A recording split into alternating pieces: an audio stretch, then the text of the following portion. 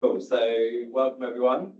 I think this is our joint PIANC and New Zealand Society event. So, hopefully, the start of many more.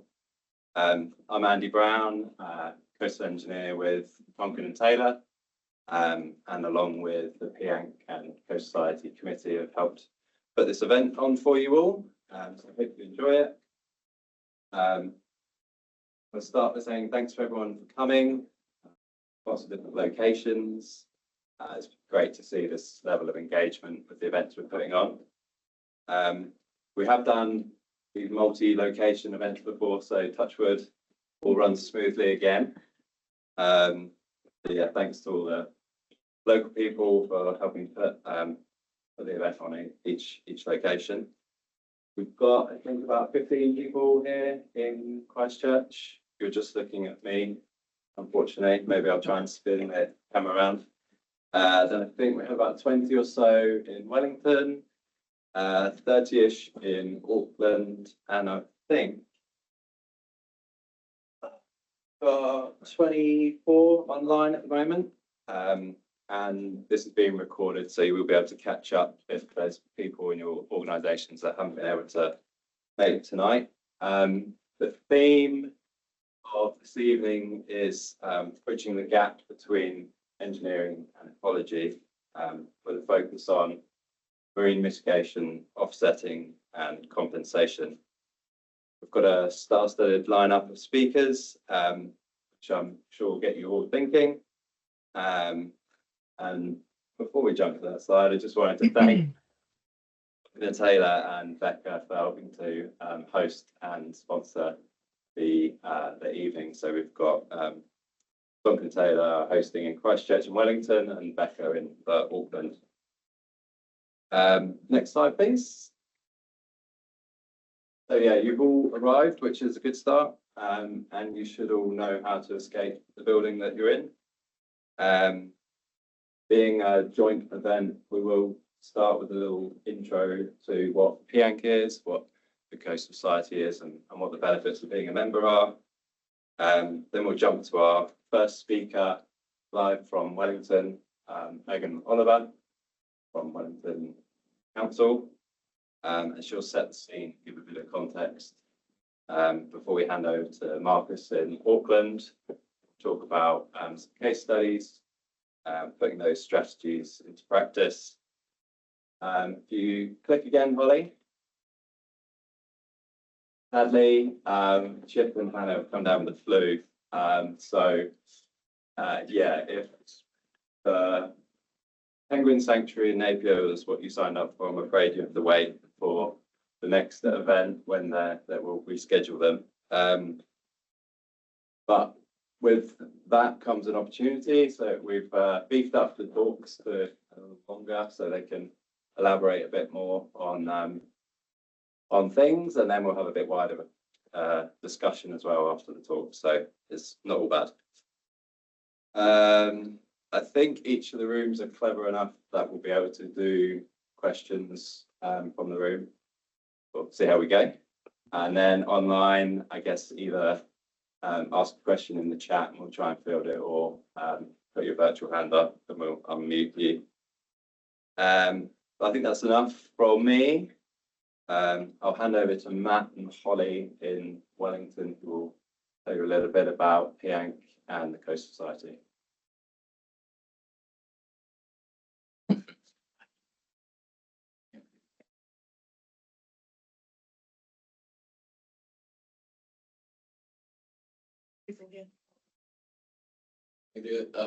I'm going to cut this really short because I started losing my voice.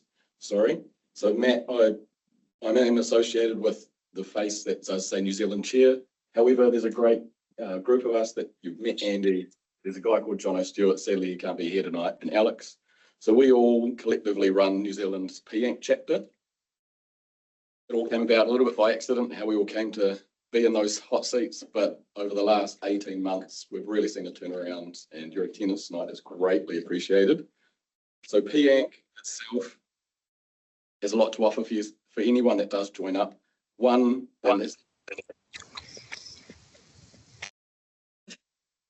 One is mainly, it's the access to the technical papers. Those are the standards that we all use, myself involved in the port industry, to set the standards and the guidance of where we can and can't go in the future. And with that comes being a part of those working groups. So that's a chance for any one of you here, Auckland, around the country, to be a join up and be a part of that. Andy himself looks after the YP chapter. Anyone under 40, they're welcome to be a part of that. There's amazing grants that you can win within that. And if you can't quite eloquently say that name, even when I'm not losing my voice, so I won't give it a go tonight. And that gives the young people a chance to find funding, because I know it can be a little bit tough when you're starting out in your careers. There's not always the same funding that's available to, say, your seniors. And then when it does come to those people that are much more experienced and worldly, so the 40 pluses, there's other awards that we do offer within that. On top of this, there's world conferences you can attend. There are often online conferences all around the world that we can record and you can be a part of. So please get involved. Without that community, it will not succeed in New Zealand. Tonight, we're also doing a join up with the Coastal Society, so Holly's going to talk about that. And sorry.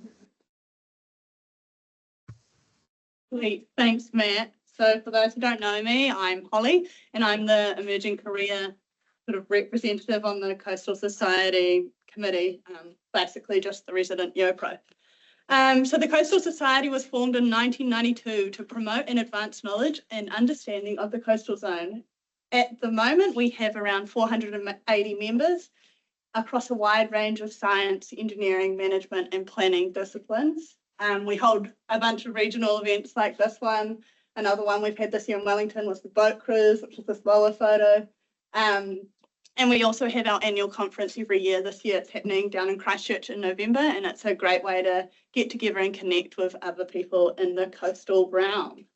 We also have regular publications, and we have our weekly digest that goes out, has information on sort of upcoming events and things happening in the region. We also have coastal news and our special publications.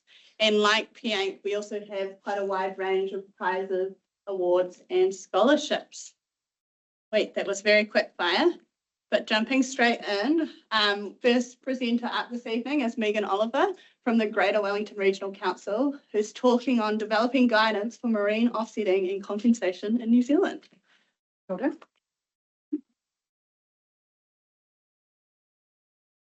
That gave up the just for me. This way? Yes. Can you see me? Cool. Kia ora koutou. Thank you very much for having me here tonight. You see my former doc colleagues here and my neighbours since T&T have moved in next door. Nice to see your new offices. Thanks very much for inviting me. Firstly, I want to thank all the people who've been involved in this project, which has been less about developing guidance really than more than collating what we know about opportunities for compensation and offsetting in the marine environment, looking for examples, shared application, and looking at what the policy setting is around compensation offsetting and finding a bit of a void really, but knowing this is something we need to explore more and develop a consistent approach so that we don't continue to lose marine habitats, ecosystems and species. But this was a co-production, even though it was led by Pete and I out of Regional Greater Wellington and SLR. We involved a whole bunch of consultancies, T&T amongst them, BOFAs, EOS, and I had a working group across councils, also DOC were involved. And that's important because I wanted people to have their fingerprints on this as well. I wanted us to identify together the gaps in knowledge around the space, and crucially for us to decide together how to fill those gaps and improve outcomes for the marine environment. And that's also what leads to me being part of these sort of settings. And I've been lucky enough to be invited to the Waka Kotahi biodiversity group meetings as a result as well. So it's great to be able to get in front of industry and particularly the consultants working for these large consent applicants. So yes, I'm Megan Oliver. I'm a Principal Advisor Knowledge at Greater Wellington Regional Council. I've been there 13 years, principally in the role of coastal scientist until we were restructured just a year ago and stood up a new structure in which I moved into a Principal Advisor role. So I'm not just in the marine space now, but still keeping my hand in that area. particularly as it relates to this project, which is very close to my heart. I'd like to, before I get underway fully, just pay respect to the iwi and hapu and whānau of this region who have mana over this whenua, in particular rangatani o Wairarapa, Ngāti Kahungunu ki Wairarapa, Ngāti Toa Rangatira, Taranaki Wānui, Aotearoa ki Whakarongotai, and Ngā Hapu o Taki. So I'm going to start with my key messages, the takeaways from this. Again, this won't be new to many of you, but I wasn't sure how many industry people might be in the room, so just reinforcing what most of us already know. Marine species, habitats and ecosystems are under severe pressure globally from a range of stresses and activities. Development along New Zealand's coastline is one of these activities. But we have a significant opportunity together to improve outcomes and provide resilience for the marine environment while still providing for development where appropriate. But we need to co-design the solutions together, and we need to share the knowledge of both failures and successes where we have opportunities to look at compensation and offsetting.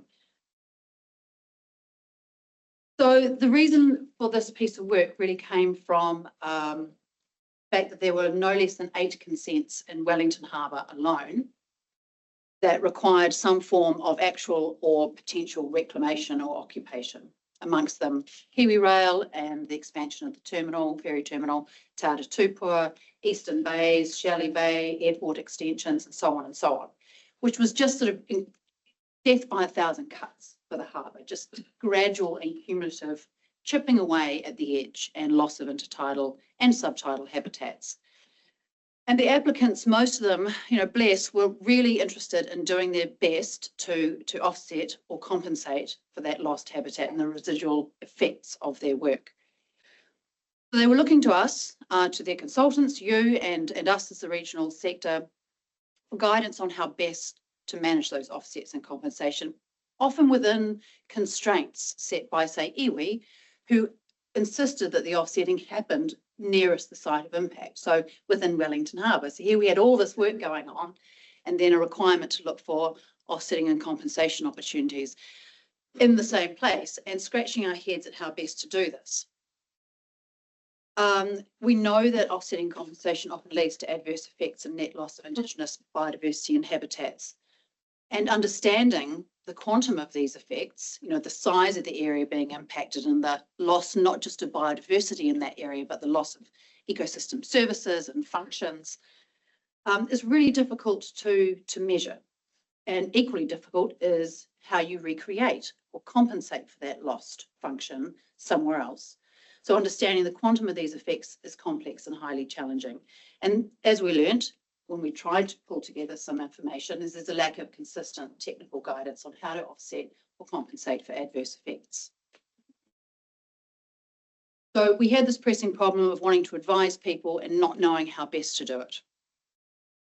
So the scope of the project was really just focusing on the coastal marine ecosystems and not offshore marine ecosystems, having a bit of a scan of the policy setting to see what policies and guidance were out there, to consider how we might assess the quantum of loss and then the offsetting and compensation required, and to collate practical examples where they were available, successful or otherwise, of offsetting and compensation in the marine environment.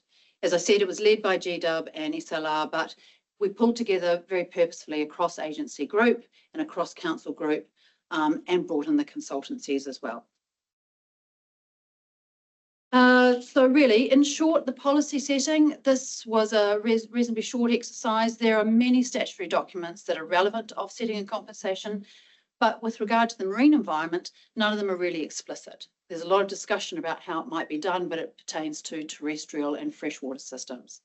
National policies such as the NZ are largely silent, not really allowing for it at all. The effects mitigation hierarchy is promoted in the NZCPS and in other documents, but little else. It's no allowance for what might happen if you can't offset all of your effects. There are good principles, however, scattered through documents, including in the MPSFM and the MPSIB, and they're consistent, which is great. And we have adopted many of those same principles for offsetting and compensation in our regional plan, as have many other regional councils. but they're principles. It's not national guidance or something that has to be strictly adhered to. And again, I wasn't quite sure who was going to be in the room, so I was just putting this effects management hierarchy up, which you will all know like the back of your hand. Oh, something's going on with my formatting, never mind. Point is, what I wanted to illustrate was that what we commonly refer to in the mitigation part of the effects management hierarchy is that avoid, minimise and remedy.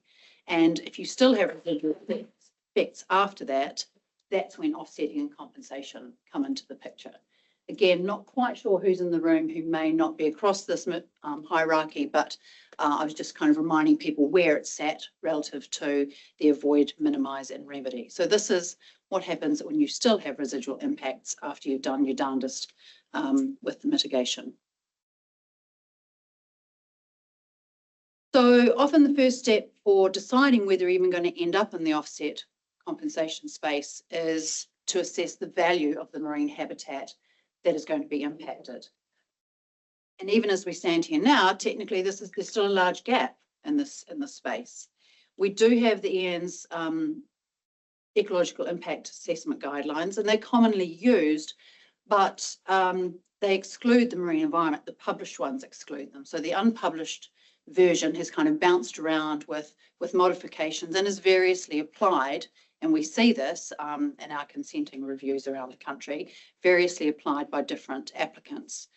So, so we're really trying to work quite deliberately with EANZ to have these guidelines reviewed, peer reviewed, and they have been through a peer review process, and to get them published so that there is a consistent and published set of guidelines for the marine environment.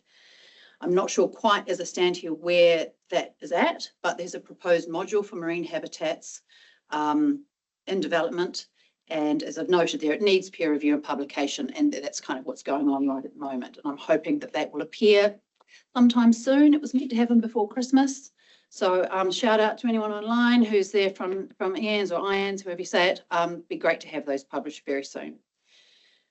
They may still be imperfect, and I think it's important that we accept we need something that can be applied and that can be improved upon consistently and constantly.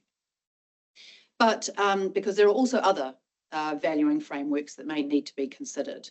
The EANZ framework has focus on, a discrete suite of factors, aspects of sediment quality or biodiversity, but it overlooks some other valuing frameworks, such as the ecosystem services that may be lost due to an activity, the cultural values, whether a site might be important according to, say, the key ecological area criteria that have been developed by DOC. And there's a range of other emerging frameworks that could be used to more fully assess the value of marine habitats, such as those emerging from the Sustainable Seas National Science Challenge. And then even once you have assessed the value or the ecological value of the habitat or ecosystem being lost, you then have to establish the quantum of loss. So there is no nationally accepted tool for assessing the quantum of marine offsetting and compensation. We have a couple of existing approaches, which are at either end of the quantitative spectrum. We have the biodiversity compensation model, which is quite qualitative, and we have the BOAM, the biodiversity offsetting accounting model, which is heavily quantitative. Did I say BCM was quantitative? I mean qualitative. Did I say that? Yeah, you said yeah, cool. And so, somewhere in the middle, we need to find that sweet spot. We simply don't have the detailed information of many marine systems to use something like a BOAM, which requires really detailed quantitative information. But there is room for the BCM or something similar to be developed further, so it is less qualitative. We need agreement, though, as a collective about the best approach and refinement of these tools. And again, monitoring and reporting on how well they work is going to be key. And that's not just of the area being lost, but you have to assess the area where you are going to recreate your habitat or services, and then carry out the monitoring there to ensure you have met your objectives. After looking across all of the literature, the definitions, the examples of offsetting compensation, the upshot of all of it is that a lack of info around basic restoration ecology, reproductive ecology of a lot of beasties and habitat types means that there is really narrow scope for offsetting. In most cases, we are never going to be able to recreate like for like.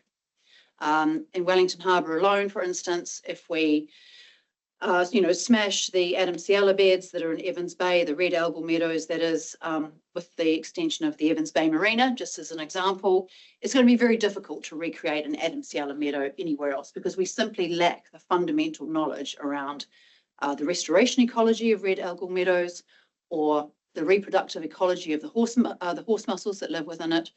So more often than not, we are going to end up in the compensation space. As I've noted there in bullet 2, the most likely pathway to address residual effects in the marine environment will almost always put us in compensation. And Marcus will talk after me about how that's happened with Te Ara Tupua and that we have lost soft sediment habitat, but in exchange we put in artificial subtidal hard, artificial reefs, hard structures. So it's not like for like. However, we need to set the bar higher for compensation in the marine space. And this is the major call out to all of us really. Compensation is the lowest bar in freshwater and terrestrial environments. We've got to set it much higher in the marine space for all the reasons I've outlined, largely related to feasibility and lack of knowledge. And it should prioritise good environmental outcomes. It's not just an excuse to chuck some structures in and then walk away and go, job done. We have some recent examples in New Zealand, but all the recent examples are very new and really monitoring has only just got underway and will be some years from knowing whether we've had successful outcomes of these compensation efforts. And then that plot in that diagram there, I've just got the moving from the higher value preferred approach of offsetting in the top green box, which very clear offsetting must be like for like and result in no net loss. And these are the rules from terrestrial and freshwater environments. The methods should be a high likelihood of success. They must adhere to principles and limits to offsetting and should include robust monitoring and adaptive management, right down to compensation, which should result in a positive outcome. These are the principles, should adhere to principles, but may include funding small proportion of research and should. So it should include robust monitoring and adaptive management. So it's a bit more loosey-goosey, and I think we have a role and a responsibility to set that bar a lot higher because that's where we're going to end up most of the time. Some examples of offsetting.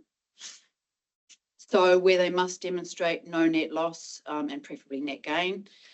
It could include, habitat restoration. I've got some seagrass in the top left picture there. The methodology for seagrass restoration is still emerging, and even then it's a bit fickle. Seagrass booms and busts of its own, mind. It's very difficult to understand the complexities of what seagrass needs, so it's often has quite low likelihood of success, particularly in places like Wellington Harbour, where we've got, the tiniest meadows left. Green shell mussel seeding is something that is appropriate in places where green shell mussel once was, and something that we know is going on around Hauraki Gulf, for instance. That might be an example of offsetting. Habitat enhancement, restoration or creation could be offsetting, sort of trading up offsetting. So that lower left image of a seawall is what has gone in out at Eastern Bays along the Eastbourne coastline in Wellington. The seawall was designed with the local marine community in mind, so those designs reflect Hormosira and Eclonia beds that we get just in the near shore there, and with a whole lot of nooks and crannies designed to accommodate different little beasties. This was taken like literally only a week or so after they went in, so there's not a lot living on them yet. And that bottom right picture is a rock pool put out in Te Ara Tupua on one of the bird islands. So again, you could argue this is offsetting with a trade up. It's not like for like strictly, because the habitat lost under these was soft sediment. But it was considered kind of offsetting with a trade up. Compensation is the least certain and most risky pathway. And as I've said, the standard should be high, even given our lack of knowledge. Research can be part of the package, and I note in the Australian guidelines for offsetting, they allow up to 10% of any offset or compensation package to be used for research. I've said 20% here because in the marine environment, again, we often need more research. So in the case of the IREX project, for instance, part of the offset package or compensation package for the ferry terminal work allowed for macrocystis restoration trials and research in an ongoing facility. They also had to do outplants, outplant small macrocystis for ongrowing, but they were allowed to spend some of the money on just pure research. So other compensation examples could include pest management, so removing undaria might be an example, artificial reefs, as has happened with Te Ara Tupua and the northern edge of Wellington Harbour, research trials into restoration ecology, catchment management. One of the things we talked about again around Te Ara Tupua was, given we know so little about the restoration ecology of many of the really nice habitats we have in Wellington. So I mean, not only do we have Adamsiella, but we also have brachiopod beds, sponge beds, horse mussels, polychaete meadows. We've got a whole range of really cool stuff, most of which we don't know how to restore. So is there an opportunity to do catchment management better and just improve water quality overall so that all of these habitats can be their bestest in the bestest conditions? So that might be something that could be considered as part of a catchment compensation package. Again, it wasn't something iwi were a fan of. They felt very much that in this case of Wellington Harbour, the compensation had to happen in the ocean as well, and it had to happen in the harbour. So there were constraints around that, but catchment management could be an example of compensation, including stormwater treatment. So again, we worked with, or TNT worked with Waka Kotahi to look at putting in stormwater treatment along Te Ara Tupua to improve water quality. So really, that's where we got to. There's obviously more work to be done. What we all know is that coastal development is unabating as we continue to need to armour our shorelines to protect suburbs and infrastructure against storm surge and sea level rise. We're going to be looking to places where we have to be an arms race, basically, while we continue to armour our coastlines. We urgently need an agreed approach to assessing the values of marine habitats, and I'm hoping something will come soon in the form of those ecological assessment guidelines. But we need to consider other values that are not wrapped up in there. The ecological services and functions that those same lost habitats and ecosystems provide.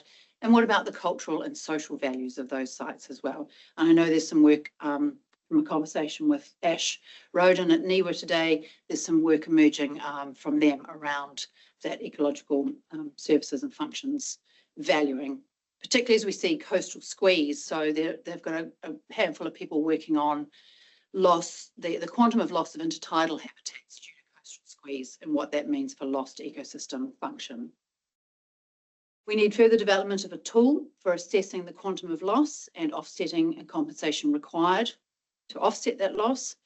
And we need robust monitoring of offsetting and compensation approaches, and crucially to share results, even when they fail, even if they're bad outcomes, those are just as important as the good.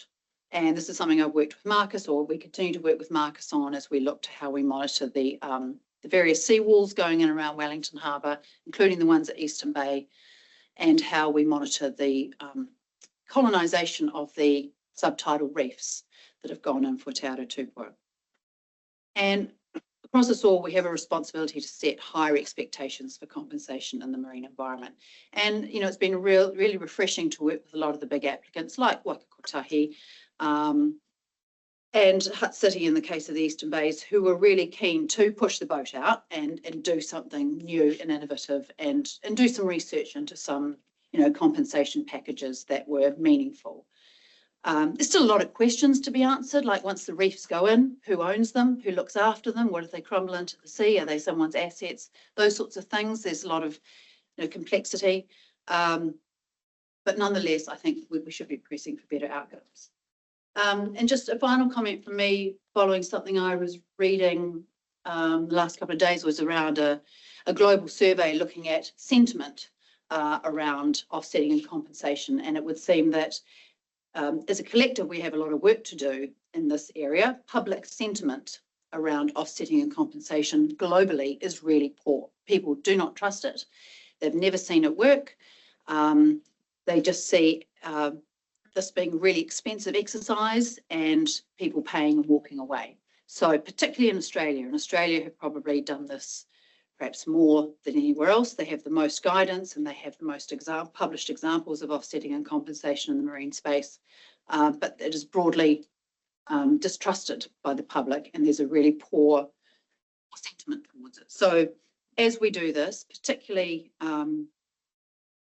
where we have expensive and hopefully successful examples, it's really important that we tell the narrative that. So I think that's all, actually. I'll leave it there. Thank you.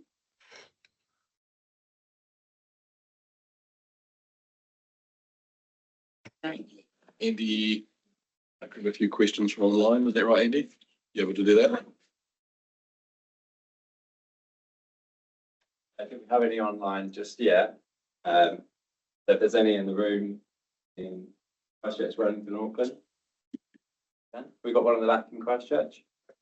I wanted to get a bit more elaboration on the 20% in terms of research. Is that 20% of the effort, or is that like 20% of the financial funding? Like, what is it? Oh. Well, at the moment, it's kind of 20% of the funding, really. So it was, or no more than. So again, it's a bit of a number plucked out of the air. It was taken from the 10% that the Australians advise in their national guidance, bumped up to 20 simply because, and they acknowledge this in the Australian guidance as well, that the lack of knowledge in marine space might mean you've got to have more research as a component of your package.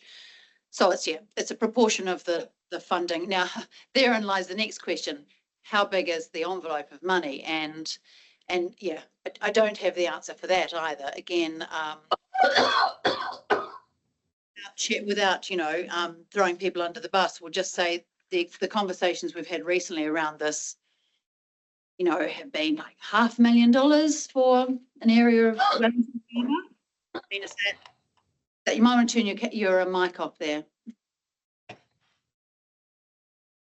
So yeah, picking that number is really interesting, right? So one offer was $500,000 for a few hectares at Wellington Harbour. Well, I did some quick back of the envelope numbers based on the adjacent land price, and I came up with millions. And if you think of it, it's permanent lost land as well under a reclamation forever. I came up with quite a different figure. So that still has to be worked out too. What is the cost of a square metre of harbour seafloor? Not just in monetary, but in all those other values we talked about. Thank you. Anyone else in Christchurch? Question? No. We've got Auckland. Yep, Claire. Alex. Yeah. Hi everyone. Hi Megan. It's Claire Webb here from Becca. Just with my PIANC NZ hat on, I thought I could just give a bit of an update as to where the marine module is in the ECIA guidelines, so the Ecological Impact Assessment guidelines. We're working for a program that's going to take about 18 months. The marine module is only for benthic environments and only the valuation part of it, so that should be published, I think, in the next 6 to 12 months. But as Megan says, still quite a lot of work to go, but that's kind of where it's at. There is a bigger program of work that will start looking at revising those guidelines. And if anybody from NZCPS is really interested in that, please come and have a chat. Yeah, happy to take feedback. Thanks, Claire. Really appreciate that update. Yeah, because I wasn't sure where it had got to. I know that a bunch of us gave some review comments back in October, November-ish. So great to get that update. And, you know, in terms of further work, sorry, I should add that, I mean, Marcus Cameron and I are still really keen to look at whether the BCM is something that could be developed a bit further, to be a bit more quantitative and transparent, as much as, you know, our knowledge of the marine environment will allow. We just have to, you know, sit down and progress that discussion, really. But, you know, open to know what else other people have seen or used, or that could be a tool for assessing the quantum of loss and then offsetting and compensation required. Great, thanks. Any more questions in Auckland Seems so, no? about Wellington? Yeah. So you mentioned the historical information. There's limited historical, and maybe the tools today aren't best at the quantitative, but also a problem with, say, our neighbours' no buy-in. How are those conversations? And I think you're preaching to the converted here. What you're doing is amazing. We all think this is fantastic. We probably all want it. And we probably all know that those conversations are easily had with us, but with the ones that aren't, and convincing them to probably pull their hands out of their prickly pockets, invoking that call to action, how has that gone for you? Like, obviously, Te Ara Tupua, fantastic, and everyone loves seeing what they see, but those conversations can't be easy. They can't be easy to bring people on board. How have they gone for you, and things you've learnt from those so that you could share, or that especially probably private sectors like ourselves, how do we bring people onto that journey? Yeah, interesting. I mean, I guess it's really challenging for the smaller applicants, right? I mean, it's fine to have a conversation with Kiwi Rail or Waka Kotahi who've got deeper pockets, right? And they variously, I don't know if any of those people are in the room, so probably just what I'm about to say, but you know, or not. The point is they've showed real leadership in this region. They've been, for whatever reason, whether it's Marcus's great work and that of our colleagues at Boffers and the like, and EOS Ecology who worked in the Eastern Bays, whether they have really pressed them for best outcomes, I can't say, but in those cases, they've been good applicants. They've wanted to or been dragged screaming to the table to show some leadership in this space. And they've come under criticism for that. There's plenty of Wellingtonians who are like, what the bloody hell are you sinking all this money into artificial reef for? What a stupid waste of money. And so they've come under flack for that. Sentiments in the wrong direction there. They just see it as, you know, throwing money over the side of the boat. Never to be seen again. But in terms of dealing with smaller applicants, haven't had that so much. The other example would be Mike Te Tahi Bay.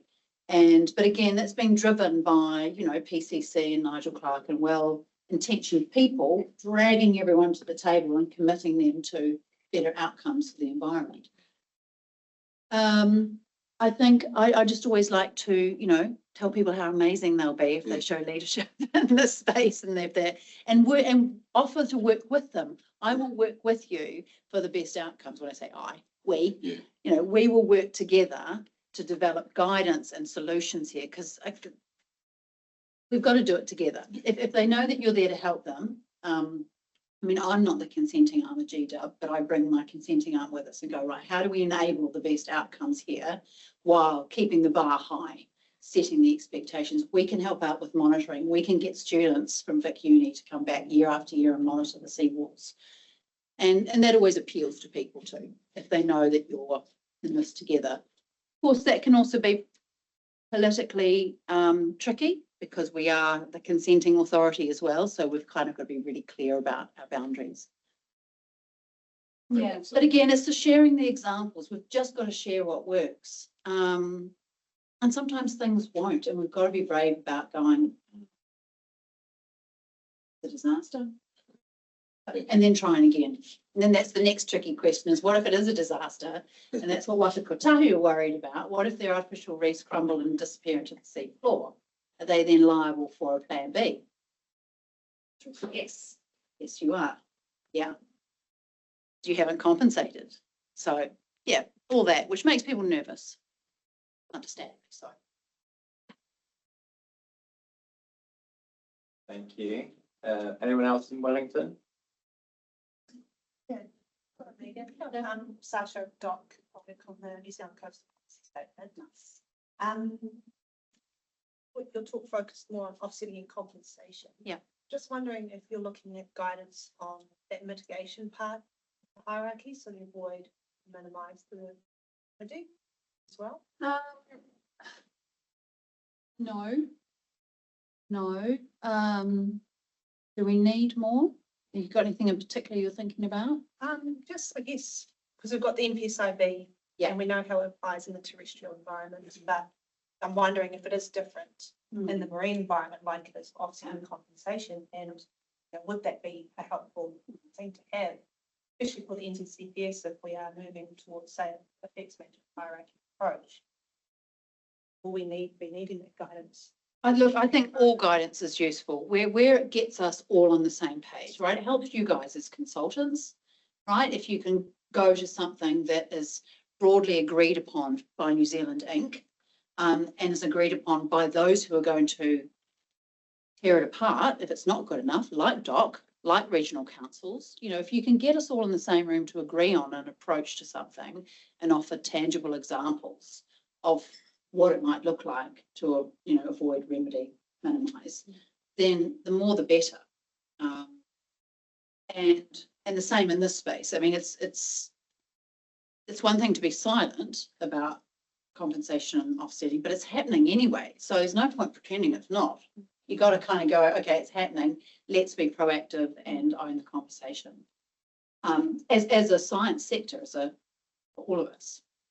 So we're not looking at that particular part at the moment because it's been the residual effects, but that's been the biggest problem in this region.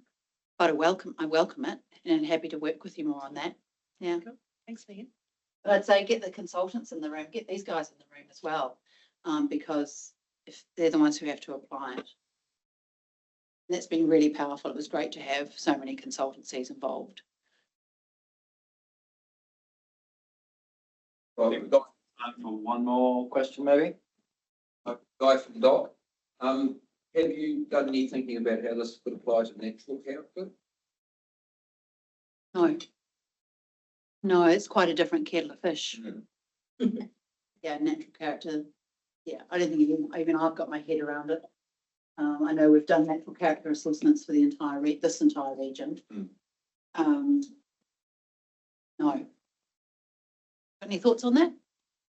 I have some thoughts. Yeah, because as Sasha said, we're looking at sort of effects management frameworks for the NZCPS, and obviously natural character and landscapes and landforms and seascapes are all part of that exercise as well. So you mean where residual effects might impact?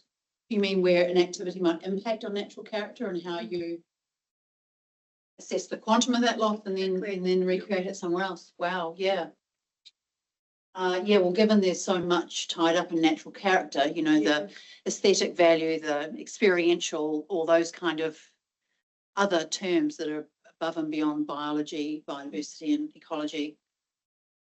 Yeah, it'd be interesting to think about it, but it kind of hurts my head to do so. It's hard enough for me. I know I was really saying there are other venues without other things like experiential. Yeah. Yeah. I know we have to bring boffers into that because I know they do a lot in that space, but I'm sure they're not the only ones. that's like a pub session. Hey, was that? A pub session. A pub session, indeed. Sounds good. Yeah. Brilliant. Thank you very much, Megan. It was a great talk and great discussion afterwards. Give a round of applause. I'll now hand over to Alex in Auckland to introduce the next speaker. Hello everybody, hi, I'm Alex, I'm a ports and coastal engineer here at Becker. Our next speaker is going to be Marcus Cameron about Te Ara Tupua. Te Ara Tupua. I need to get one or two things sorted first, so I'd like to offer people in the room a minute or two to grab another drink, or if anyone's in the toilet, please go do so. I will take a minute or two to get things ready.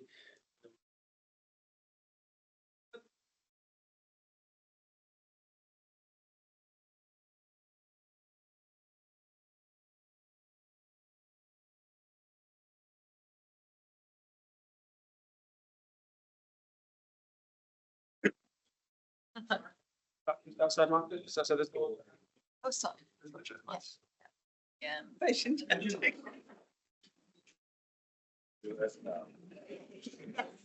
Yeah, that's a few months. Yeah. Nice. Yeah. Yeah. Hi, by the way. Good. Yeah, I'm on a journey 5 years ago, 6 years ago, actually.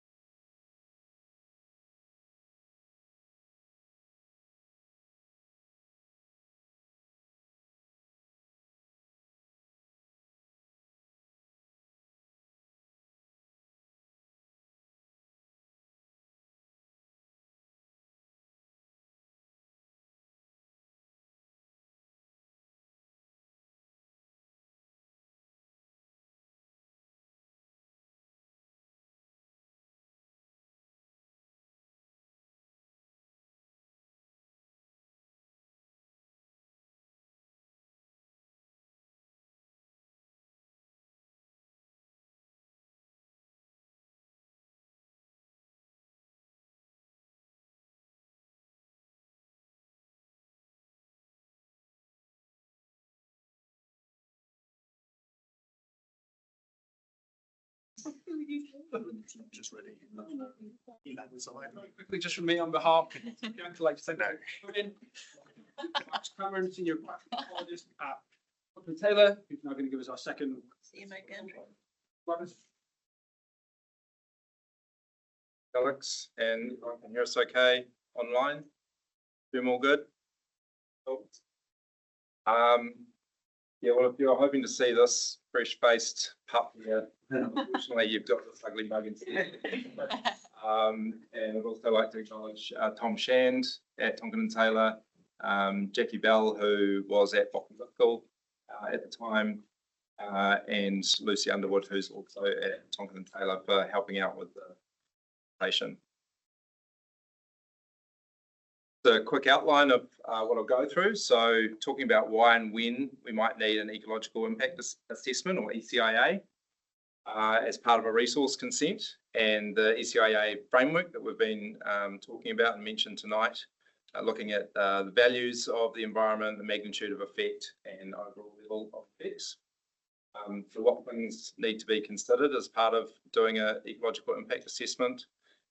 Go through how we apply that avoid, minimise, remedy, offset, compensate management hierarchy, and a little bit about how we determine the quantum of compensation using that biodiversity compensation model that Megan referred to in the case of Te Ara Tupua.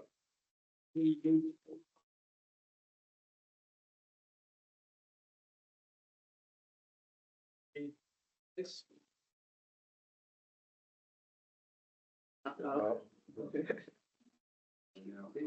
Yeah, we're good? Yeah. Okay, cool. And so don't want to tell you guys how to suck eggs, but just as a very high level, what is the resource consent application? Well, every resource consent application for your activity must be supported by an assessment of effects on the environment, or an AEE, for the RMA. And an ecological impact assessment sits underneath that as a component of that overall AEE. So when might we need an ECIA?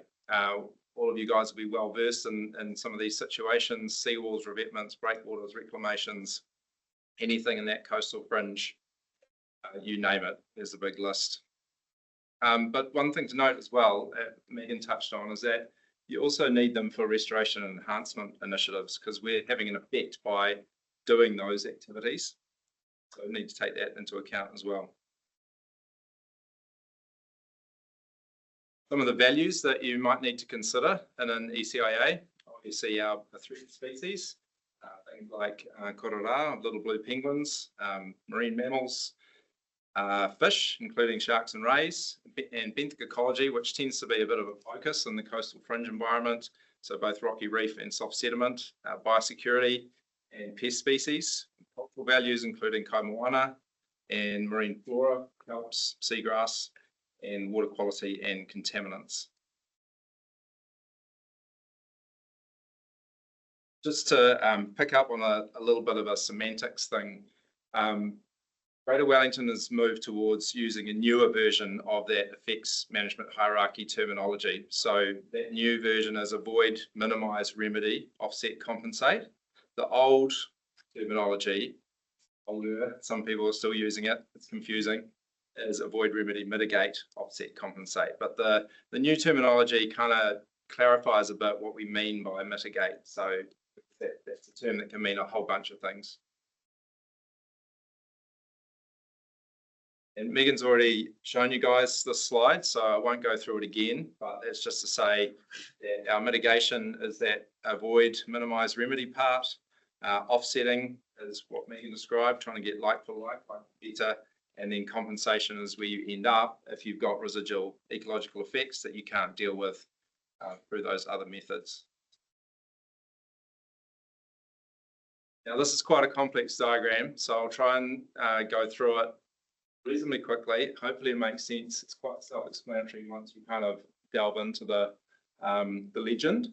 But we're talking about negative effects being below the black line. So you have a predicted negative effect, then you try and avoid as much as possible of that. And that's the lighter blue A. You go so far with that, and then you remedy as the next step. Pink bit, mitigate is the M, and then you might end up still with a predicted effect that is below or a negative effect. So where we want to be moving to is obviously a no net loss or a net gain situation. So we have to then address that residual effect. And that could be through offsetting, aiming for that no net loss, net gain. If you can't achieve that, then we're into our environmental compensation. And that can range. And the key point is that compensation produces some benefit, but it's not necessarily able to be quantified in relation to a no net loss goal. And that's where we need those models, the biodiversity compensation model as an example, to help guide us to, are we getting it about right when we do this compensation? A lot of text on the slide, but I guess I just wanted to jump through the types of things that make a good ECIA process. And as Megan mentioned, when you have larger applications, bigger applicants who have deeper pockets and obviously more scrutiny on what they're doing as well, then you can do a lot more of these things and do them well. So it is harder for the small guys, but this is what you'd hope to try and achieve if you do one well. So early doors, you want to look at your opportunities and constraints. You want to be talking to your planners, engineers coming to the ecologists and the planners and talking to us. So that you can raise those red flags early in the process. You want early engagement with regulators and your stakeholders, and ideally you want partnership with mana whenua. And building these strong trusting relationships between applicants, the consulting team, your stakeholders and your regulators is really important. And on Te Ara Tupua, we were able to do that. And it was a really collaborative process, which I think, and the team thinks, worked out really well. Then you want to get into your information. So review all of your existing information to assess your values, fill in your information gaps where they exist, and then you want to clearly step through that effects management hierarchy to get to your magnitude of any effects of your activity. And starting obviously at avoid, then minimise, remedy, offset, and finally compensate if you have to. And under the ECIA guidelines, typically speaking, where your residual effects are moderate or greater, and that broadly translates to more than minor in planning speak, and can't otherwise be avoided, minimised or remedied, then you need to develop a clear and transparent offset and or compensation package. And then once you've got that in place, if your regulator signs it off, you want to have some clear consent conditions, your associated management and monitoring plans, and also you want to be able to try and take an adaptive management approach. So if it's not working, how do you reset? How do you loop back? How do you do it better in the next phase? So to use Te Ara Tupua as an example of what we think has been a really good and successful process in this space. So this is in Wellington, Te Whanganui Atara, on the northwestern coast of the harbour. It's an alliance that Waka Kotahi have brought together with Taranaki Wānui, Te Runanga o Toa Rangatira, and in conjunction with the alliance partners, which are TNT, HEB and Downer, and there's a bunch of other consultants that sit under that alliance as well. And just to add confusion to it, the alliance is also delivering another project called Tupua Horonuku, which is the Eastern Bays project that Megan mentioned, and that's on behalf of Hutt City Council. So it was seen as more efficient, more cost effective to join the two projects together under one umbrella to be delivered by the alliance. But today I'm just going to be talking about the Nauranga Kipatoni side, the western side of the harbour, and focusing on the reef enhancement project.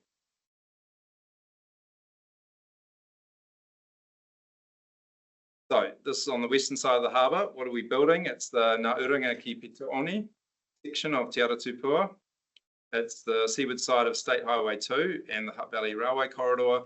It's a 4.5 kilometre long shared pathway providing safe walking and cycling infrastructure, and it's also going to deliver resilience to that transport corridor.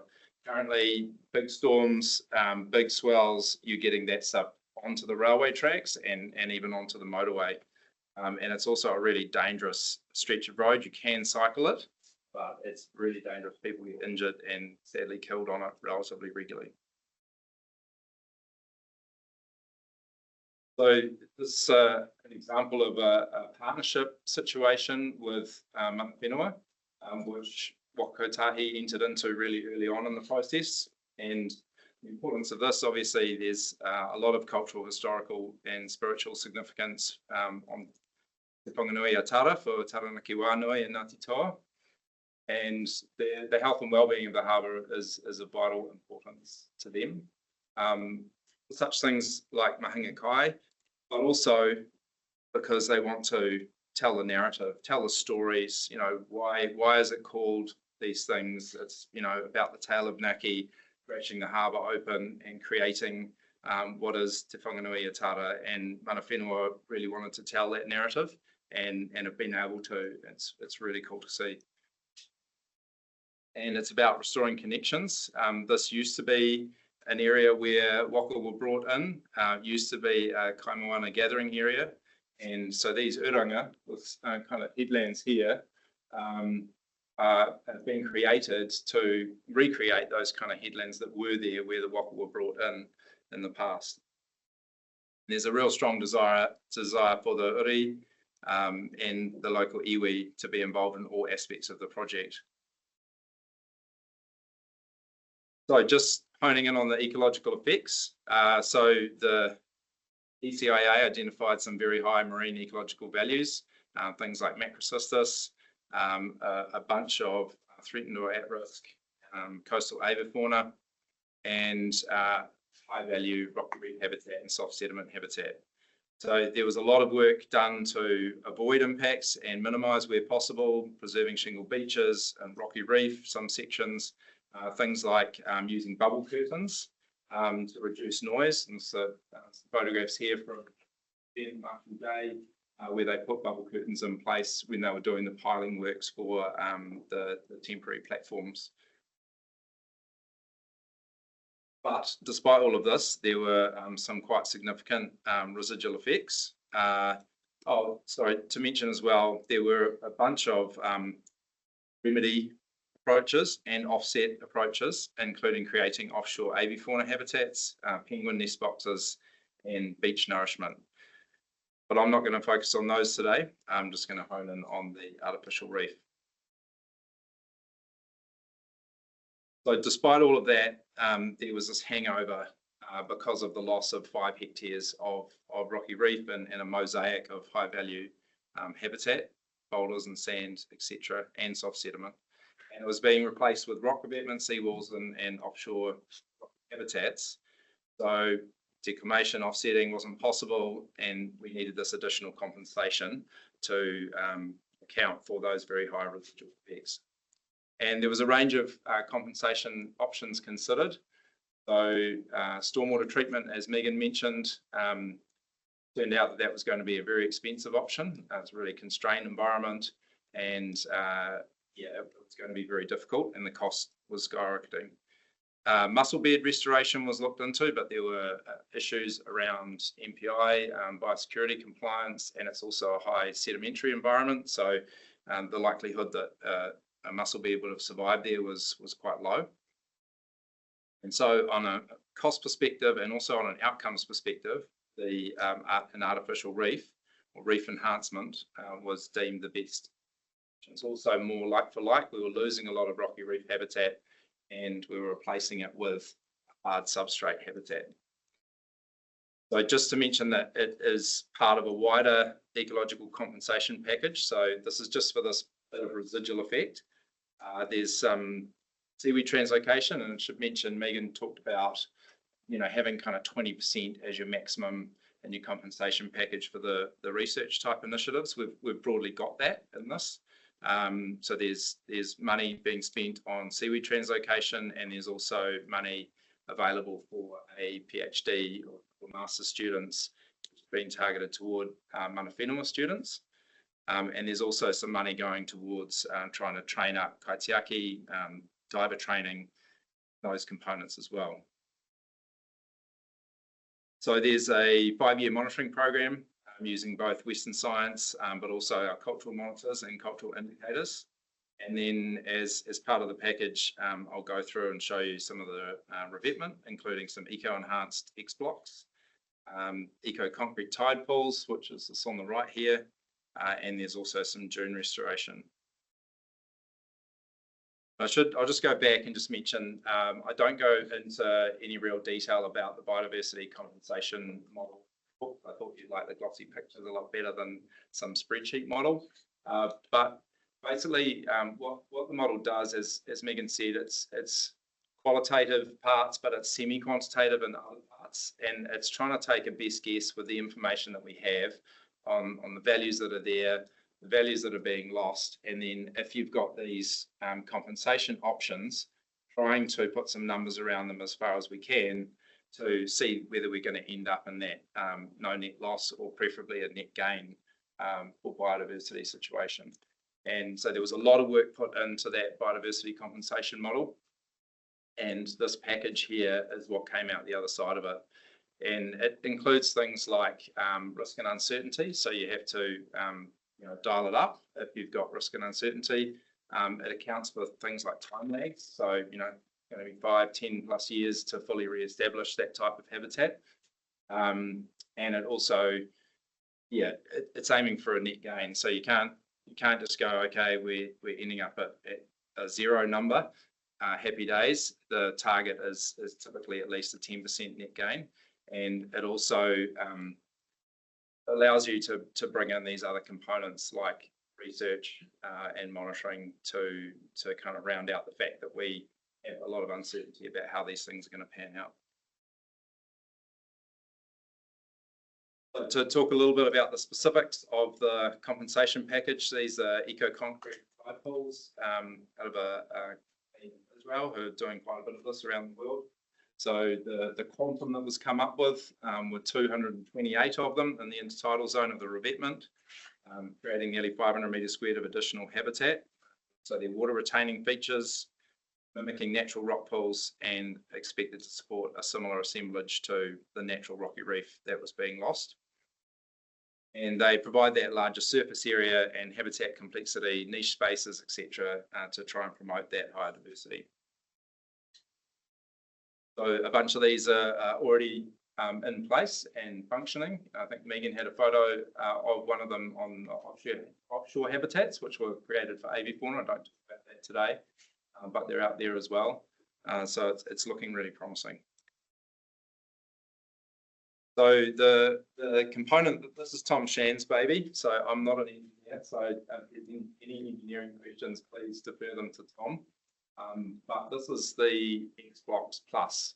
So this is being used instead of rock for the revetment. And they are being used because, in part, the revetment was going to mean that you were going to need to reclaim a larger area and therefore losing more habitat and therefore needing to do even more compensation. So it allowed the footprint to be reduced. Once you've got your system set up, it allows you to basically build Lego across the foreshore. So it's complex to start, but once the system's in place, it kind of flows better. Developed by Delta Marine Consultants out of the Netherlands. And Tom always talks about how the Dutch really like uniformity. So that's how they build them up in the Netherlands. And I think that looks great. Our guys looked at it and went, that's a bit boring. We surely can do something a bit better. And a lot of work was put into that. So yeah, it's the first use of these in Australasia. And ultimately, it's going to reduce costs, it's going to improve program, and it also, interestingly, reduces the embodied carbon compared to the rock-only solution. If you think about smashing rock out of a quarry, putting it on a truck, taking it to a barge, barging it over to the harbour, and then offloading it, there's a lot of carbon involved in doing that.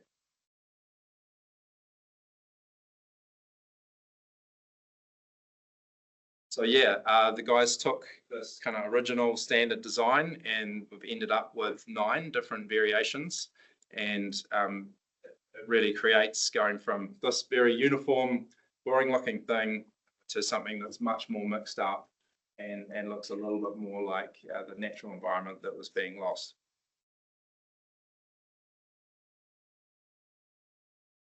Other really cool part, so there's a designer, Len Hatet, who was instrumental in doing a lot of the cultural designs on the project. And the ecologists and Len and the engineers got together and went, how can we make these X blocks so that they have better ecological outcomes and also help tell that cultural narrative. And so taking the kind of theory of a holdfast and also the cultural narrative of the area and winding that together and creating those niche spaces and things that the critters can jump into. It was an iterative process. Designers, precasters, construction went round and round in a few loops until they got where they wanted to be and ended up with a world first modification of these blocks and a first to include that cultural narrative. It's really cool.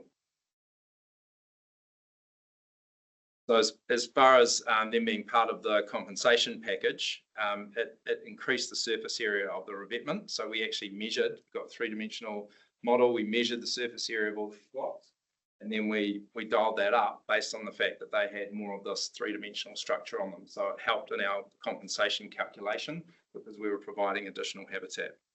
And in the end, we ended up with nearly 3,500 square meters in the subtidal, a little bit in the intertidal as well, providing those complex spaces.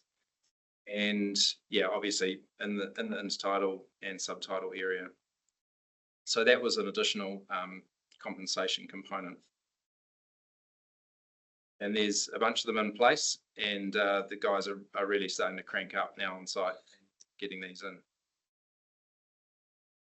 Hopefully this YouTube video works. So we ended up with still residual after we'd done all of this. And that's because while we were losing 5 hectares of habitat, it was effectively about 5 hectares of habitat being rebuilt, but all of that risk, uncertainty, a time lag, and the value of what was being lost versus the value that was being put in place meant that we still needed to do a whole bunch more compensation under the modelling process, and that landed us on artificial reef. This YouTube clip, if it works, just gives you a bit of an overview of what it's all about. We have no sound. I think we'll need to jump out, restart the Prezzo, share. Click that little button that says share sound. Know what I mean?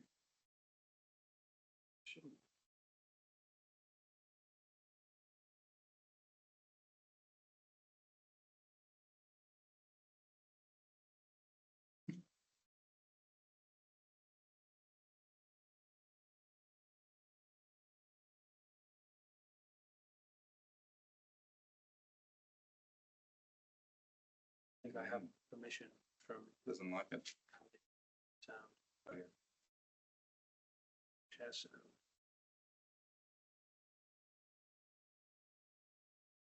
Right. We can play it without sound. And try and recreate the silky tones of a specialist. How do we? You do it.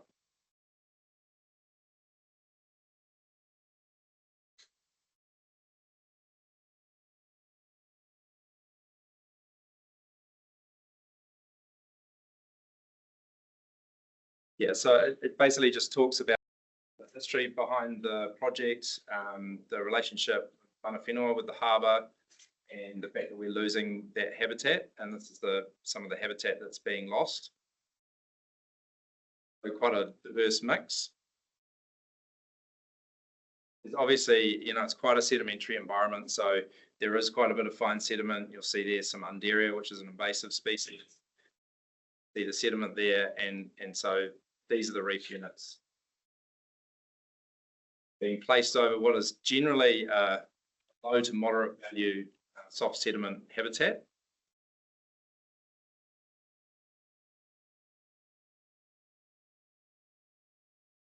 Obviously, hoping to see through time, we're sort of predicting around the 3 to 5 year mark, a reasonably well developed reef system on these units, and the monitoring program is going for 5 years, and we're going to be measuring against the values that we predicted would eventuate.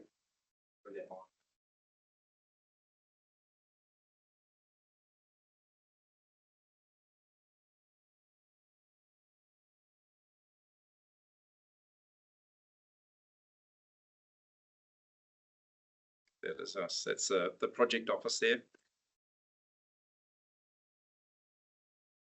See how close the railway tracks are to the foreshore and the motorway.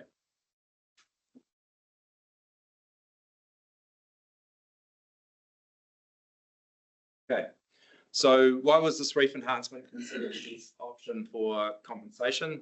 So pretty widely used nature-based solution globally, though not really in New Zealand. We're just starting, but it's got a strong track record overseas, and typically see similar successional development to natural reefs, providing a range of ecosystem services as a natural reef would do. And in this case, it's similar to what is being lost as we could try and find.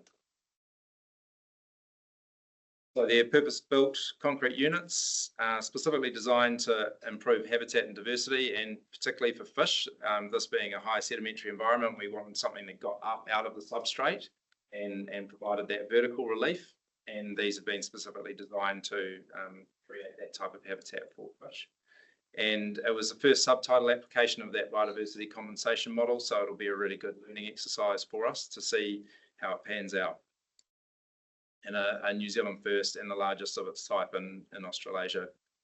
So it is a Australian company, MMA Offshore, that has developed these units. They've got a bunch of them in Australia and starting to expand globally now as well. So also, is it showing that little thing on? Cool. Yeah, so we looked at a range of different units that they had. So the pyramid unit that we ended up with is that top left one. There are also 3 smaller units, which are much lower, designed for different purposes. One with the flat sides, obviously for things like power to be able to attach onto easily, and then some of the others more sort of nursery habitat, like that. And there's quite a bit of science behind these pyramid units. So they've done a bunch of hydrodynamic modelling. They've gone out and used multi-beam side scan sonar, etc., to look at the stalling fish above them in these Australian reefs, and they've had very good outcomes with them. This diagram in the bottom right here is the design of the reef. So there's a total of 56 pyramid units put in 18 clusters of 3 units. So looking at the literature, it was about trying to get these type of units about 5 to 10 meters apart in clusters of around 3 to 5 or so, and having those clusters less than 50 meters apart from each other. So you're getting that connectivity within a cluster and then between the clusters. And the design spanned an area that had been identified for the mussel bed restoration, and so it was targeting this low to moderate value habitat. So we weren't losing something particularly high value in the process of putting the reef units in, but it was also an area that we were hoping would be colonised quite well. The reef adjacent, where the revetment's being built, is only about 150 metres away, so it's close enough that we expect to see that colonisation off the natural reef and off the new revetment once it's built.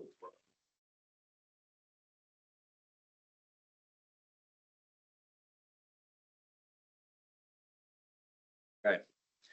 Yeah, so what do we expect to see? So all these species along the bottom are common inhabitants of the area. So we do expect to see most, if not all of them, over time.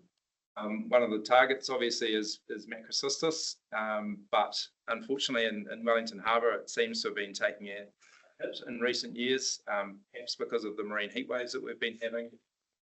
So yeah, it'll be interesting to see.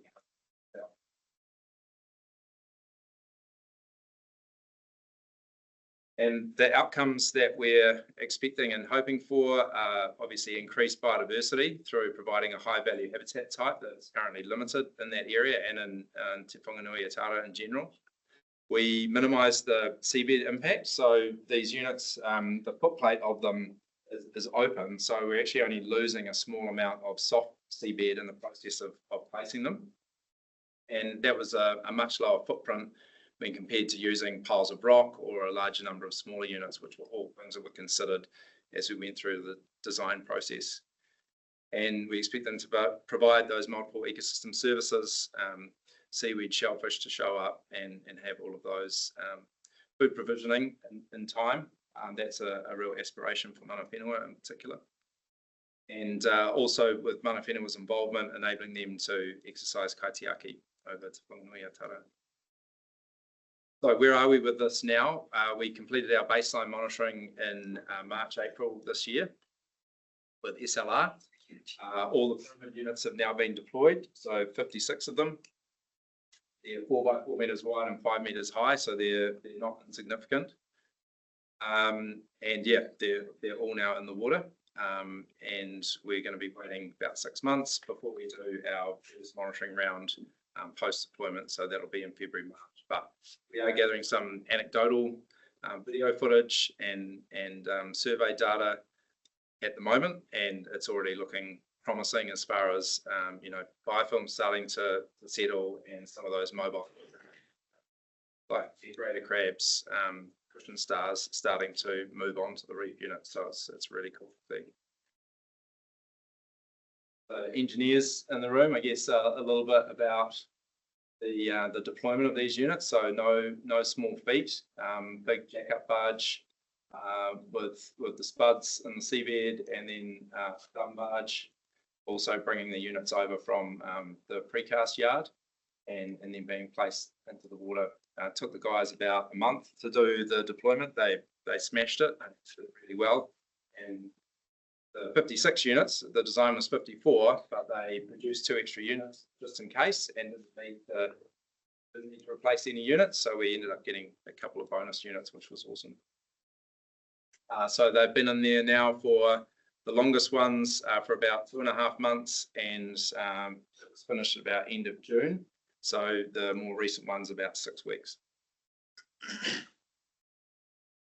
And yeah, something of this scale obviously requires thousands. So just wanting to hopefully acknowledge everyone. I probably missed someone, but yeah, there was a lot of people who have contributed to making this a really cool project.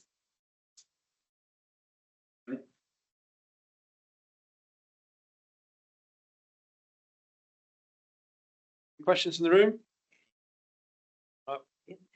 How did you decide that deeper habitat was of low value or lower value?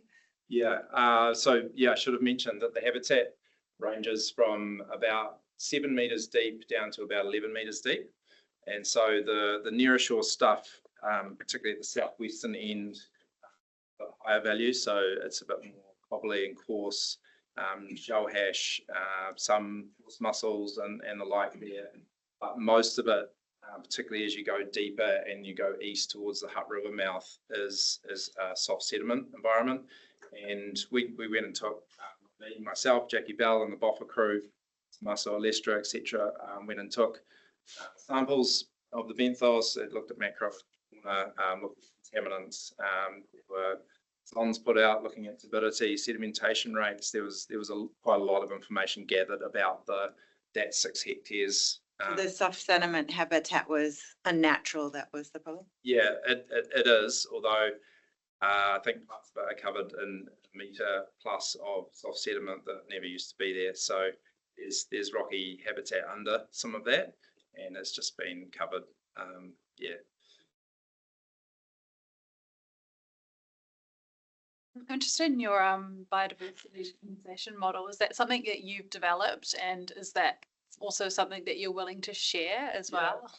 So I personally didn't have any involvement in the development of the model, but TNT were heavily involved in it. So Matt Labour, Justine Quinn, Josh Markham, and others. So it's freely available on the Tonkin Taylor website. So just go and search it up and download the manual, and you have to sign your life away and say that tell us what you're doing with it. Yeah, it's freely available. Go and download it. You can download the spreadsheet, and you can start having a crack at using it. And if you want to talk about, you know, what we've been doing, how we've been using it, what the pros and cons and flaws and the benefits are, then yeah, feel free to get in touch. I guess, 2 questions. One, I'm assuming there was hydrodynamic modelling that sort of supported the location of and the processes put in. Yeah. So Tom Chand was one of the key leads on the coastal processes side of things. So don't quote me on any of this, but my basic understanding is that there was a lot of very detailed modelling for the revetment itself. So there was that kind of base of information, and then in the area where the enhancement has gone in, there was a more high level dynamic modelling and coastal processes assessment, but that was done. Yeah. And as part of the ECIA, we're sort of any indirect inadvertent effects related to the change in hydrodynamics. Yeah, good question. Yeah, so that Tom looked at that and the team, and basically, yeah, because of the depth, their view was that the waves would broadly go over the top and wouldn't sort of touch down on the reef too heavily, and that there might be a little bit of scour and deposition around the units, but it was not going to be significant. My second question is around maintenance. You talked a bit about Indaria being present. Yeah. Are you expecting to have to do any biosecurity post, maintenance so that you can achieve what you think? Yeah, that was a real discussion point with Greater Wellington and internally within the project. And because obviously from Waka Kotahi's perspective, and Megan touched on this, you're doing this, you're spending a lot of money doing this big thing, and we're so unsure of what's going to happen that to require a whole bunch of additional compensation or additional management actions down the line and just have so little certainty about what might be needed. There was robust discussion about where the line was drawn as far as how much was required. But the way we kind of addressed that was we've put money towards PhD research or a couple of masters. And part of that focus will be around adaptive management, biosecurity, species removal management.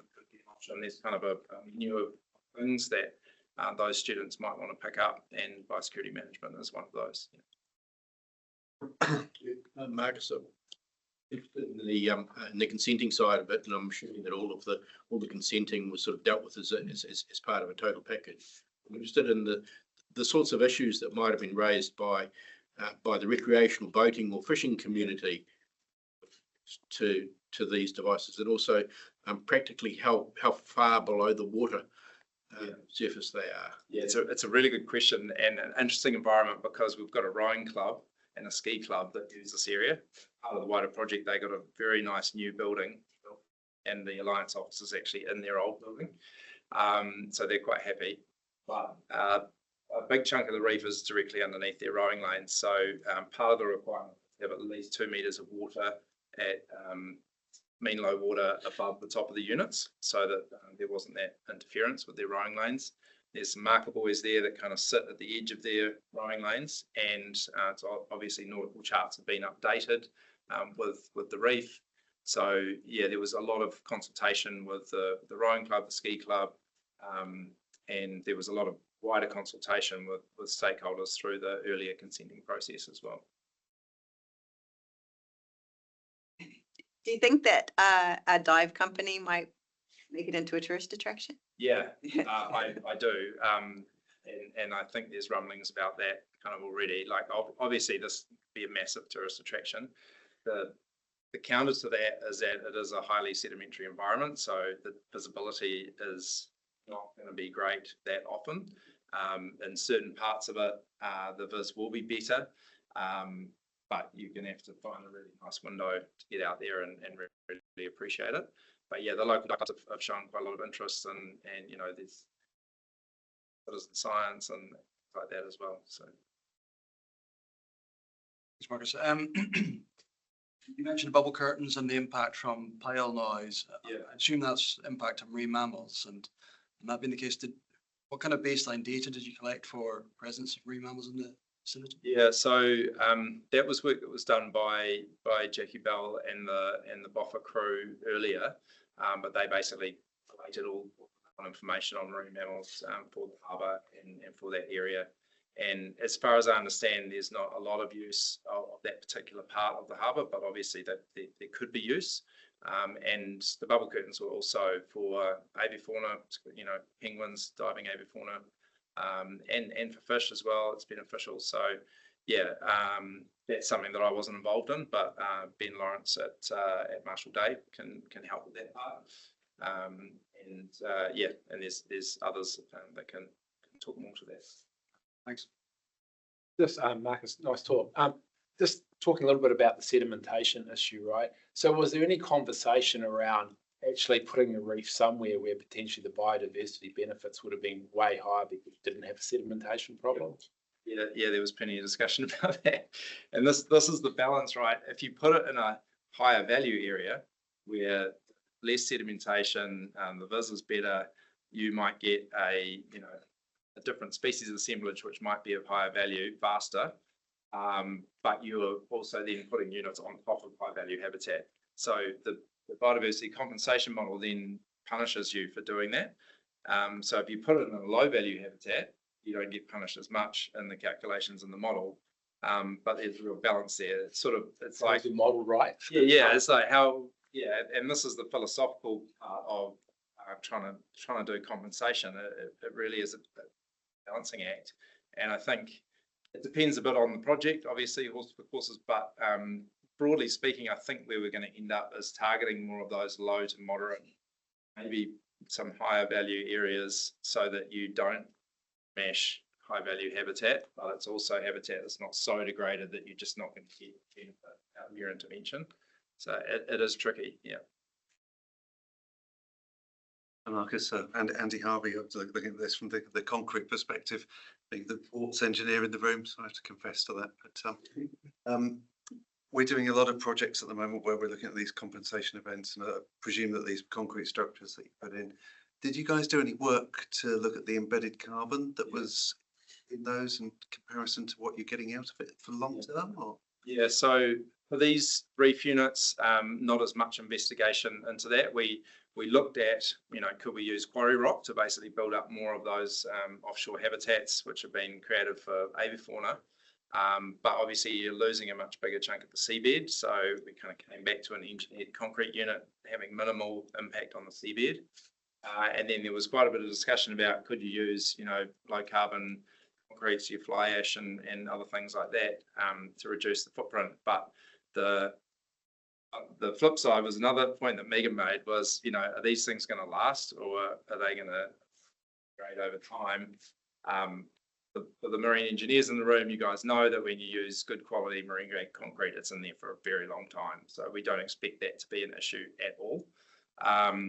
But we didn't want to do something experimental with the concrete mix to raise questions about the longevity. So a standard mix was gone with. There's some steel reinforcing in the units, and then there's some so steel rod, and then there's some steel fibre reinforcing in them as well. So yeah, pretty confident that they're going to be there for a long time. What I will say though is that Tom Shand did a really cool piece of work looking at the embodied carbon in the X Blocks Plus, and I think I mentioned it, and they looked at, well, they'd made their whole revetment out of quarry rock, and it was better using the X Boxes than going and doing rock. We've got a bit of a, as I understand it, a rock shortage in this country. So concrete, depending on where you are and what you want to do, can effective.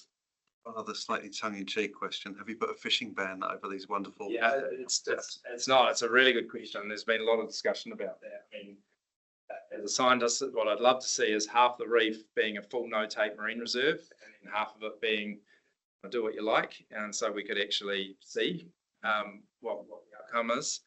That obviously is a very hard thing to put in place. So there is some discussion about protection mechanisms, like during the construction. It's obviously a bit of a health and safety issue, but then looking forward, is there any possibility for something of that nature? It's still being explored. Yeah. Marcus, one more question. Whose asset is the reef? Yeah, that's another good question. One that I've tried to stay out of. Apologise. It's everyone's asset. It's now on the marine charts. It's effectively part of the benthos. The consent conditions allow it to be in place, and we expect it'll be there for a very long time. So my understanding, without getting into the legal planning side of it, is that it's kind of now an asset, a public asset, basically. There's obviously requirements for Wakatahi to monitor it. And there's the whole handover process and all those kind of things. But yeah, it's effectively there to stay. Okay, so just going back to the discussion around the rock and the concrete, I'm wondering what consideration, if any, was given to the use of mudcrete as we've got out here at Ferguson, and the beneficial reuse of dredge material. As far as casting the actual units themselves? Either in general or just in situ, you know, it's the dredgings from the Rangitoto Channel here are just being mixed with cement through a pug mill and tipped over the side, and they're, by all accounts, this is the home of that, I guess. So kind of coming back about have certainty about the grade of concrete used, and my understanding is that mudcrete, you know, you can get it pretty good, but it doesn't quite get to the engineering standard of 50 MPa, you know, reinforced, So yeah, that wasn't something that was considered for the reef units. I'm not aware that it's being used elsewhere, and I'm not sure. I haven't had as much involvement in the actual revetment. Yeah, but I don't think mudcrete was considered. Not sure if there's any major dredging programs currently in Aotearoa that might be a source of it. Tom Shand probably know. An observation, I guess, in terms of the discussion around the water space over the reefs, and you've spoken about mutual fishing and tourism, but at the same time a lane for rowers and potential sort of use conflicts. Yeah, absolutely. It's going to be an interesting time. See how we all play around it. Yeah, I mean, we haven't done this before, so we don't quite know how people are going to behave. But hopefully, yeah, we can. There's quite a public education kind of campaign that Wakatahi are putting together, and there's as part of the wider projects, the topic of broader outcomes. There's a lot of engagement with local schools and community groups to educate them about what's happening and why. And so we're hopeful that there'll be that kind of citizen science, citizen protection and care component in it. But yeah. Any questions in Wellington or Christchurch that haven't yet been We do. answered? We're waiting to jump in. Great discussion and thanks for the presentation, Marcus. We've got a question in the room. Yeah, McDonald, WSP. My questions have already been answered, so it was around marking of the units and, you know, any plans to turn them into a marine reserve or anything like that, so, yeah. There's also some chat as well. So Lisa was asking, are there any examples of similar reef enhancement measures that have been implemented in the Pacific?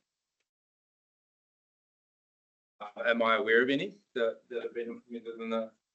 I am aware of some. I don't know a lot of detail.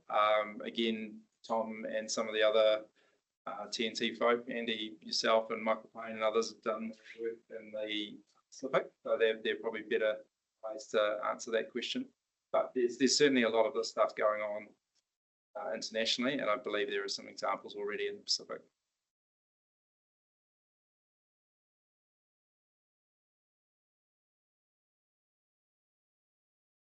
And then there was another question around the cost implication to the X-block unit, adding that extra form. And Tom has answered saying, essentially there's economies of scale over the units, but a slight increase in cost for that, adding that design in. Yeah. Oh, check out the chat. Question there in Wellington. Hi, Karen Bell from DOC. Just wondering if we could get a copy of the presentations, please, through the agency, you know, the organisation. Yeah, I'll have to obviously go back to Waka Tahi. They've got a comms team and everything has to go through them for assessment as far as what goes out into the public arena. But I'll certainly ask them. Thank you. I just have just a comment to make when you're ready. Yeah. Yeah, Megan here.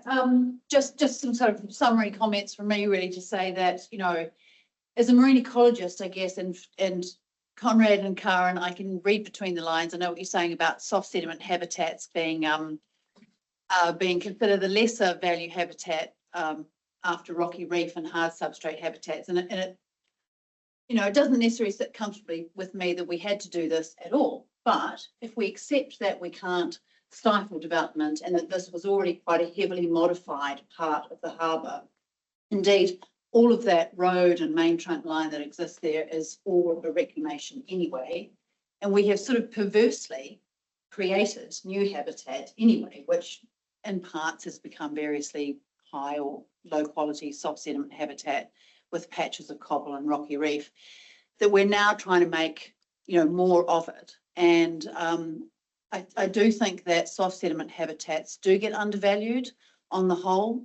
But as an example of trying to do the best with this situation, this is a great example of where agencies have worked together, and particularly with Mana Whenua, to try and achieve a really good outcome. And it will be really interesting to watch and see how this goes. It was news to me, Marcus, that this is the first time that X-block has been, you know, had modifications, including with the cultural lens as well. And I know it's just, you know, designs in a concrete block, but you know, that's progress. It's progress, and that's cool.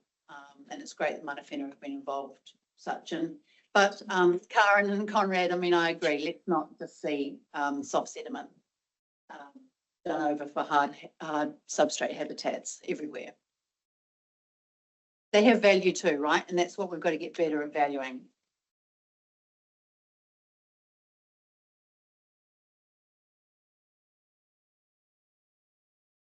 Yeah, I mean, absolutely agree.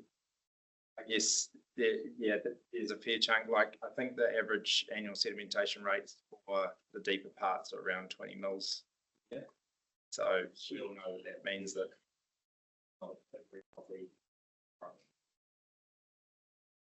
Hopefully that will change. You know, there's a lot of work going on in the Hutt River There's a lot of community involvement, catchment management. So, you know, we hope over time that will improve.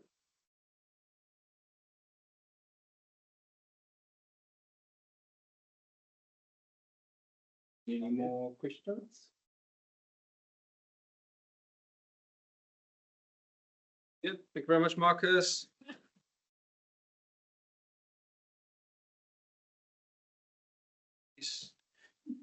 From myself, obviously, this is both a PIANC and a New Zealand Coastal Society conference. We have to be aware of upcoming dates that are in the calendar. So we do have the PIANC APAC conference occurring in Sydney in August 24 with dozens of speakers on all sorts of topics. If there's anything that you're interested in, try and get yourself over there. And we have the New Zealand Coastal Society conference occurring this year in Christchurch, as previously mentioned, in November 2024. And then the Coast and Ports is in Adelaide 2025.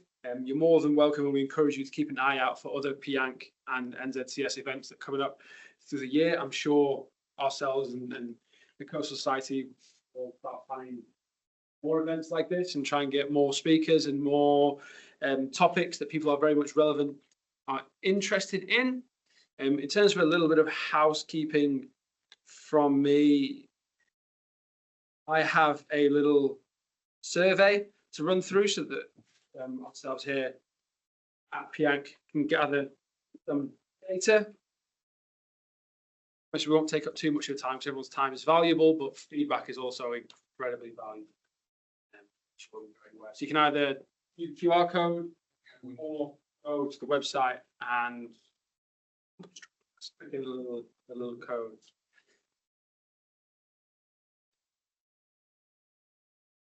Waiting for presenter. Your presenter. People like because possibly because we're still on the homepage. It's been a couple of months since I've used this, so we'll giggling. You're getting lots of like. Yeah, they're the joiners.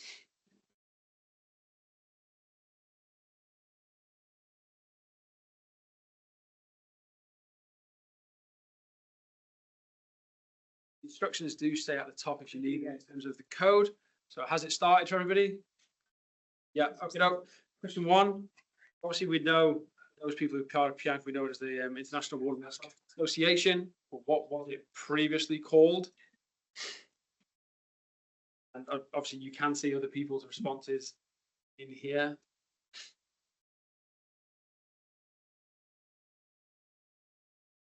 Those that sit in the actual committee, myself, Andy, Matt, and people who sit on the wider committee, I'm looking at you, Will, you should know the answer to this.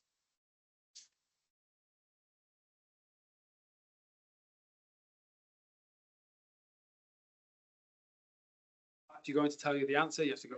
I can't remember, but I'm pretty sure it's the first one. You're a PIANC member, so I appreciate this may be a little null and void for some of you in the NZCS as opposed to. But we welcome you as well. You can be part of both. Your company might be a member, or you can become an individual member. We will have you. We're welcome. Knows.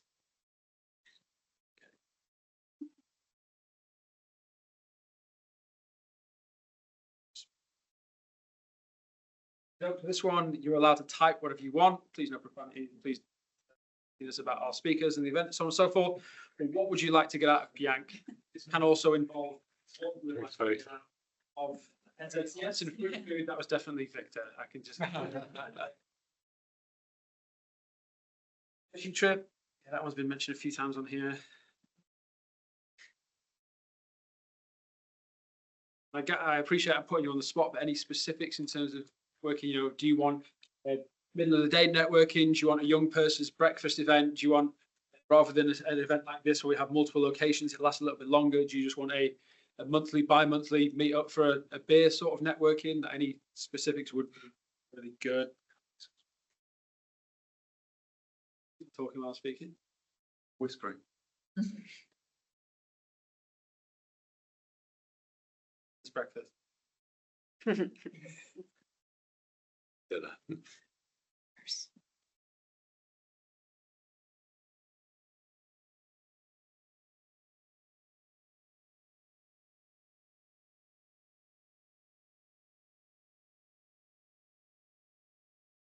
this one. Question. We've got some specific event feedback with topic of interest to yourself, and hopefully if you are here, interest, but based on what you thought it was going to be and what it actually was, still remain in your interest. Did the format suit yourself? And would you say the event was worthwhile, even if I provide pizza?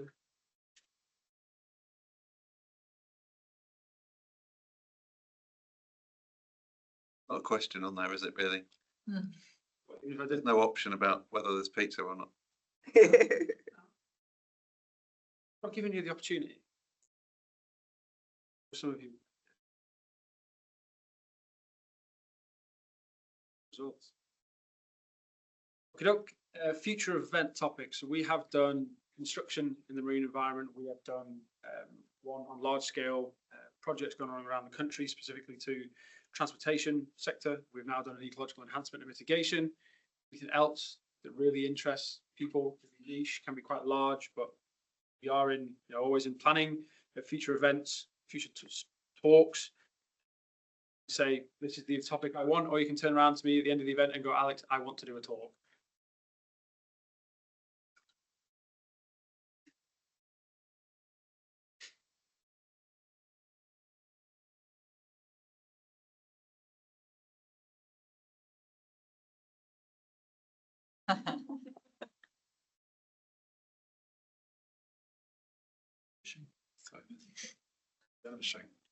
I'm actually working on the side of it. That is in the back pocket.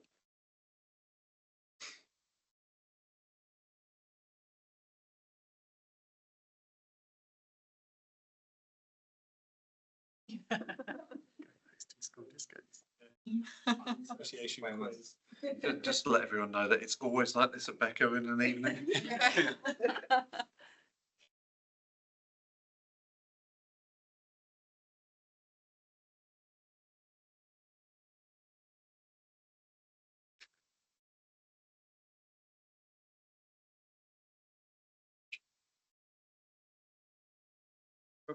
I hope this is the last one. What type of event? What type of event do you like?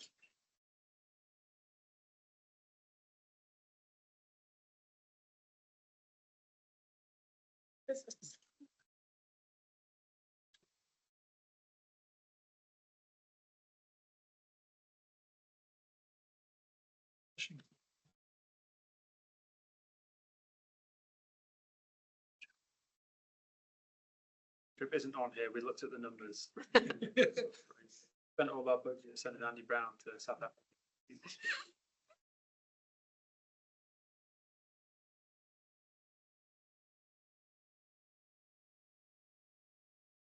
This one, thank you for me. Should have been.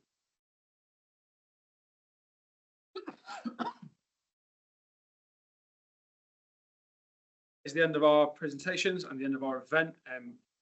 Encourage you to stay connected with ourselves. PIANC, on LinkedIn. We have a specific LinkedIn for our YPs group, and don't be put off by the name young persons. It is if you've been in the industry, if you're less than 40 years old. So, right. We are on YouTube, so our previous events are there. And if you'd like to get in touch with us individually, mine hasn't actually fit on here. Matt, John, myself. Mine's there right at the bottom.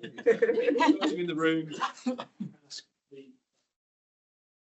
you very much to both of our speakers and to our organisers and also to our sponsors. I encourage everyone to finish whatever food. We don't encourage you to finish the rest of the drink, but yeah, continue networking and continue the discussions. And you're in the room with one of our speakers. Do you have more questions? Call them and get them answered. Thank you.